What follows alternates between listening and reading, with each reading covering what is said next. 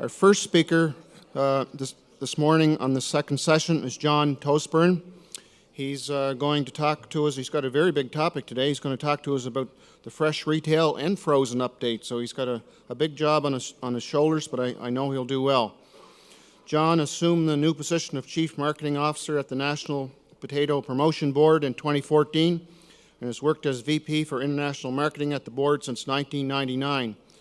As the Chief Marketing Officer, John oversees both the international and domestic marketing programs at Potatoes USA, as well as the industry outreach programs.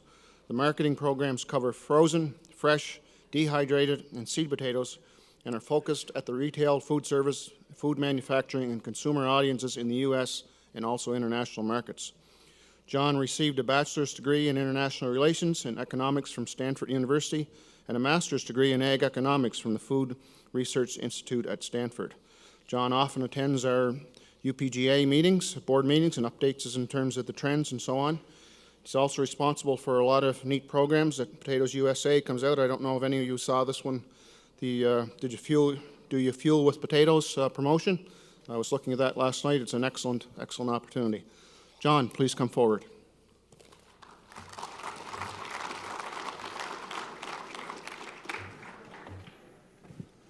Good morning, everyone. Good to see some of you came back in. Appreciate that. I'm happy to be here because I think we have some interesting and exciting things to talk about in terms of what is going on with demand. What is happening in the markets? Because oftentimes the marketplace doesn't reach all of you at your farm level as directly as it should. So hopefully I can talk about that a little bit. But I do want to talk about the team potato briefly. And all of you got the little cards in your bags. If you are someone that believes in potatoes as a way to fuel your performance in an athletic event or just in your everyday getting things done, I encourage you to sign up. I encourage you to participate in this. We have over 70 athletes around the U.S. that have already joined, and it is a way for us to create a grassroots discussion about the fact that potatoes do fuel performance and potatoes are a performance fuel, a performance vegetable. And by getting the potato industry involved in that as well, I think we're going to have a much bigger impact. All right, so on to the markets. The demand for U.S. potatoes is increasing. And I want to look at this from a couple of different angles here right now. First of all, potato production in the U.S. continues to go up. So if production is going up, obviously we are selling more potatoes. The 2018 is an estimate, and even though there were the weather issues in the upper Midwest and in other places, it was made up for by quite big crops in Idaho and other places. So potato production continues to increase, and what I think indicates the fact that demand is increasing even faster than production is the fact that the price continues to go up even faster than demand. So the price gap continues to increase. Whoa. One of the things that we all have to keep in mind too when we think about what is happening in the demand for potatoes is the fact that the efficiencies and the reduction in waste is significant. I've been in the industry now close to 20 years, and almost every 2 years, and Dale can talk about this as well, the processing plants and the processing processes are getting more and more efficient. When I started out, we were at 2.5 or even above on the conversion rate of pounds of raw potatoes to frozen. Now we're getting close to 1.5. I mean, that's almost 100% improvement in the recovery rates at the processing plants. You all know what you're doing at your sheds to improve things. Retailers have really woken up to the fact that they have to improve their shrink. That's how it's such a tight margin. They're improving their food service. One of the biggest trends at food service is the reduction in food waste. And then, of course, at home, people are buying smaller bags of potatoes. People are just more economically conscious about what they're doing with their food, and there's less being thrown away there. This number of 14% is just sort of a proxy because it's really hard to figure out what all those reductions of waste total up to. But this UN report said that for potato worldwide, we're gotten that much more efficient in terms of the usage of potatoes or the reduction of waste. So it's at least 14%, if not more. So domestic demand or sales of potatoes domestically. We see the top bar there is food service. They're up almost 6% over this 4-year period from 2014 to 2017. You also see that retail is slightly down over that period, but the combined is a 3.2% increase in the sales of potatoes in the U.S. market in those two channels. Big driver of that is food service. Menu penetration. Potatoes are on a lot of menus, but it's even going up. You think of them as being somewhat ubiquitous, but they're not. And we think that it's going to continue. We certainly could get to 90% here pretty soon. And then new products launched. Potatoes used as an ingredient in manufactured foods continues to grow up as well. 7.2% of new products launched this last year contained potatoes. So another area, harder to quantify, harder for you all to see, but D-high and other potatoes being used as an ingredient continues to go up as well. And then this is from research that we conduct, our attitudes and usage research that we conduct every year. And potatoes are the #1 food reported as being eaten in the last 24 hours. So 40% of people reported that they ate potatoes in the last 24 hours. And then we are also the #1 food eaten in the last week, where 80% of consumers report that they've had potatoes within the last week. So we are the #1 food eaten by Americans, which leads us to being America's favorite vegetable. And this is quite astounding, something that we all should be very proud of and something we need to continue to protect. But it's not just domestically where demand is increasing. Internationally, we've seen exports go up 175% over this 20-year period. Yes, this is a value figure, so obviously some of that increase is from a price perception, but it's very, very important to understand. We're now up to approximately 20% of production, or 1 in 5 rows, gets exported out of the U.S. If we just look at the same 4 years like we were looking at on those other figures, we see that exports have gone up 6%. So total potato exports have gone up 6% in the last 4 years. So the combined, if you think about it, is that we have an increase in demand of 6.6% internationally, and that combined of 3.2% domestically. So that's pretty good increase in overall demand for potatoes. Now I want to drill down and look at fresh. This is just a 2-year comparison, and unfortunately we don't have the food service figures for 2018 yet. We have to wait for a month or two. But if we just compare 2016 to 2017, yes, you see a slight decline at retail, off 3%, but the increase in use of fresh potatoes, not fries, but fresh potatoes at food service was up 1% and that is a larger amount, so you have an overall decline of only 1% in those 2 years. And I think that when we look at 2017, 2018, or certainly when we compare 2016 to 2018, that we're going to be in a positive there. If we drill down and look more recently here at what's happened July through November for fresh sales, this is value, this is dollars. Certainly the prices have gone up, so we see a 2% increase in the value of total fresh sales. The only one that was off slightly was reds. And this summer, there was a lot of reds that kind of had to get cleaned out because of the slow shipments during last year. And so those prices did decline a bit. When we look at pounds, it's not quite as rosy of a picture, but still pretty positive, particularly when you consider that the only one type, russets, are in a deficit position. Now, that doesn't mean that it's not very, very important. Obviously, you can see how much it accounts of our total sales. But large bags of russets really are the only thing that's been declining in this time period from July through November. All other fresh potato sales at retail are up. All right, Cedric talked about a couple of these trends that we see impacting things. Plant forward, he talked about veganism or that type of thing. But even folks that aren't vegan or vegetarian, there is definitely a trend towards plant-forward diets, towards eating more plant and less meat. And there's pressure in this direction from the UN, from the Culinary Institute of America, from a lot of different sources. And it is going to have an impact. And when people do look at millennials and Gen Z, they very much believe in this. And so this should be good for us. Now, Cedric also brought up some of our friends at Harvard who seem to have an obsession with the fact that potatoes, because they have a high glycemic index, which is a very questionable way of measuring nutrition, that we shouldn't be part of this effort.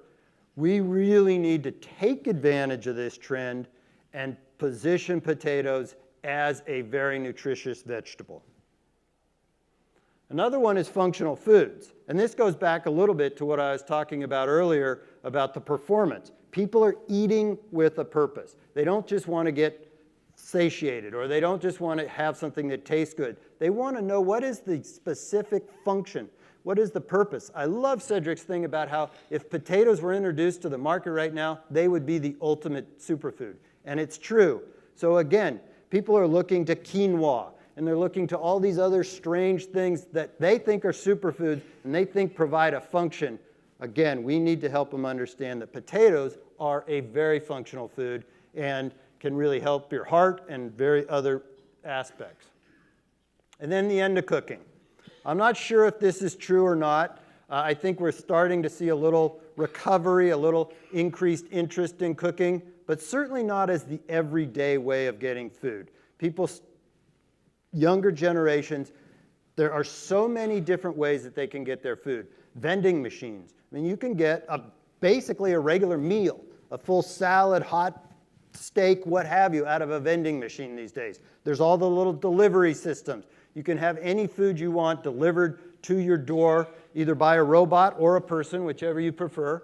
You can go to the retailer and just buy prepared foods. You don't even need to go into the produce department. You just buy the regular prepared food. So there are so many other ways besides cooking that people are getting their food these days that we are seeing certainly a reduction in cooking. And we need to take advantage of this and be aware of this too. We can't just think about potatoes and that people are going to take them home and cook them. How are we going to get potatoes in vending machines? How are we going to get potatoes in those delivery things? Fries don't always deliver so well. So what is it we do to take advantage of that opportunity and position ourselves in that?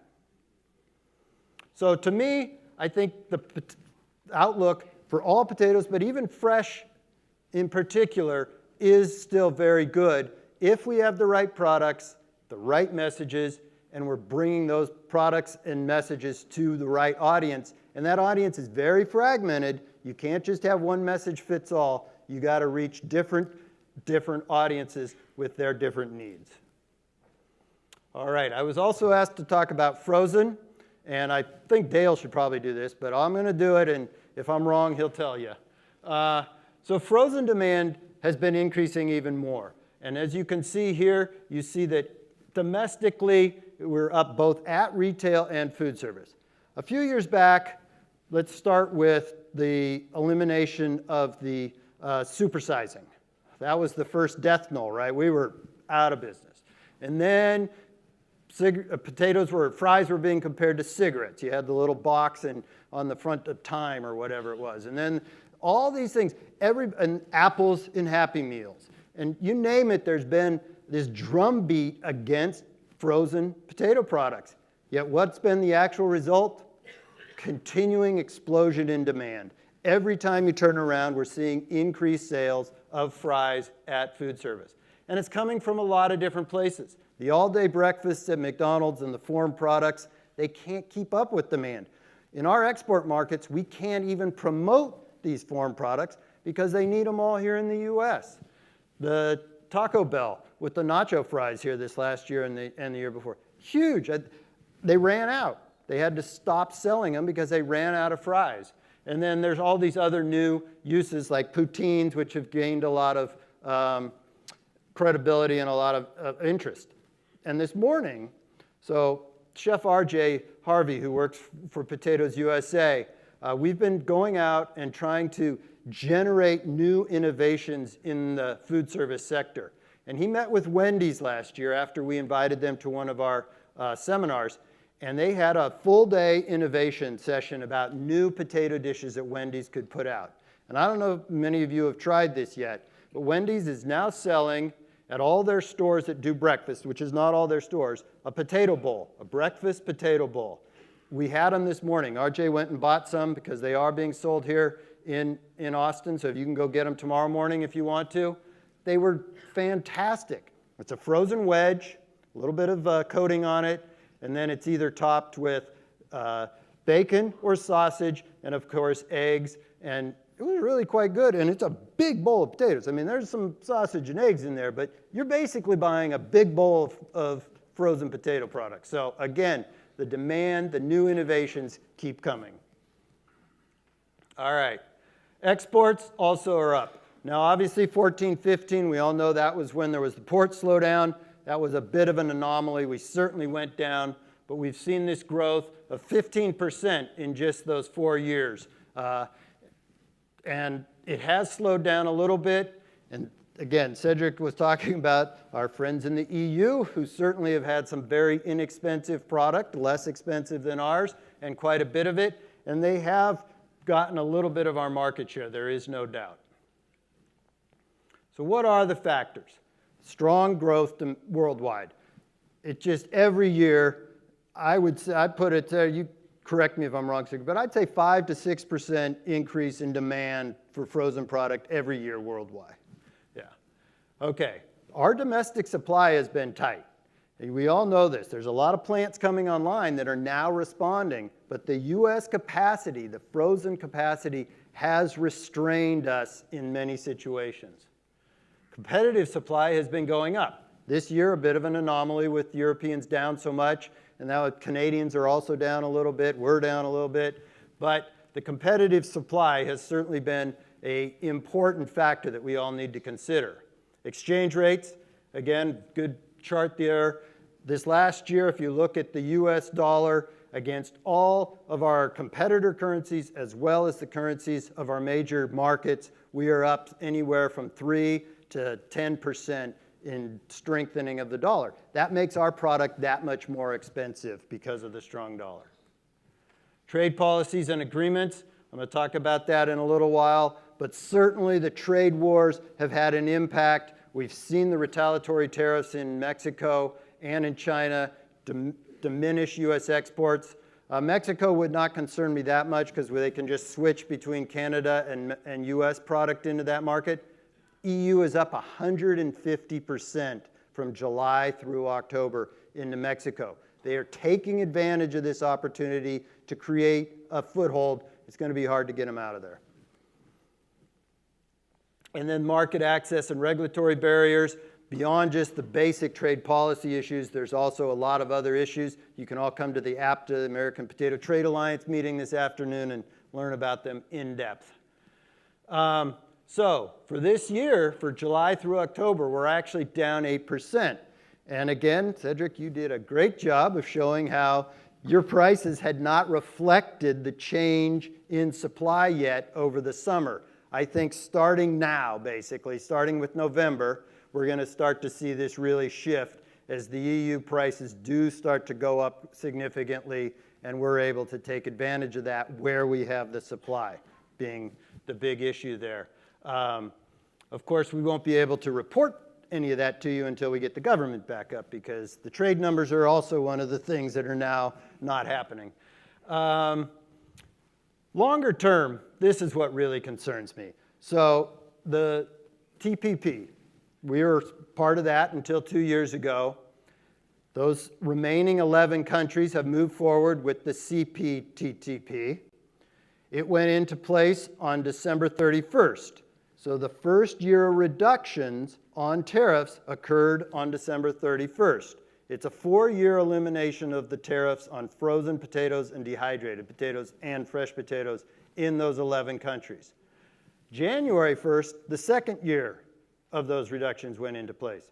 So now Canada, New Zealand, Australia are going into Vietnam, Malaysia, Japan, all these important markets to us at half the tariff level that we have, and in 2 more years they'll be at 0, and we will still be at the regular WTO rate.